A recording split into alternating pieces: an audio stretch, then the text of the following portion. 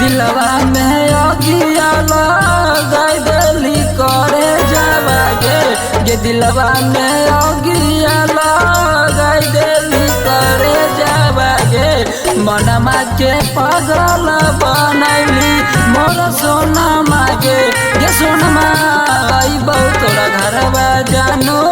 ई पगला के भेसवा में एक लोटा पानिया पिलाई दी जान गे जानू आई बहु तोरा घरवा जानू ई पगला के भेसवा में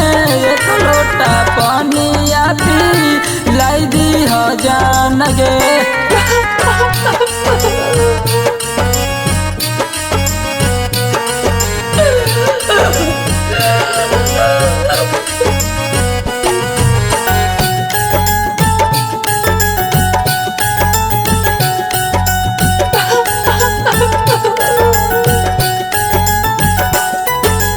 एक दिन अचानक में पहुँचता मोर खबर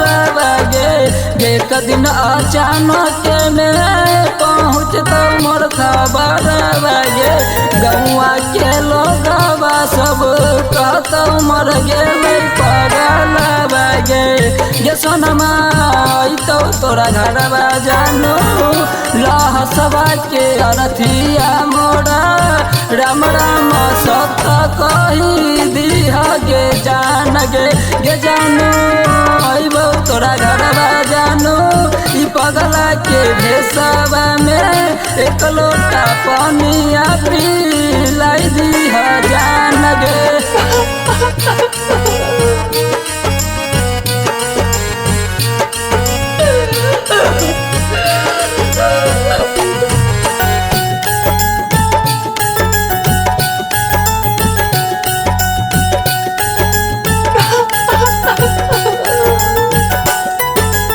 यारवा के सब तोर मर जैतौ करे जावा गे यारवा सोनमा तोर मर जैतौ करे जावा गे कसम से कहे हकियौ दिलवा के मोर सोना मागे गे सोनमा अइबौ तोरा घरवा जानू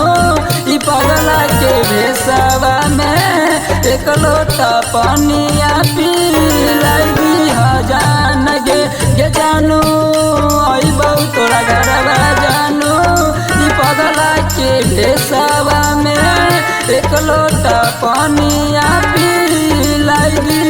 जान गे।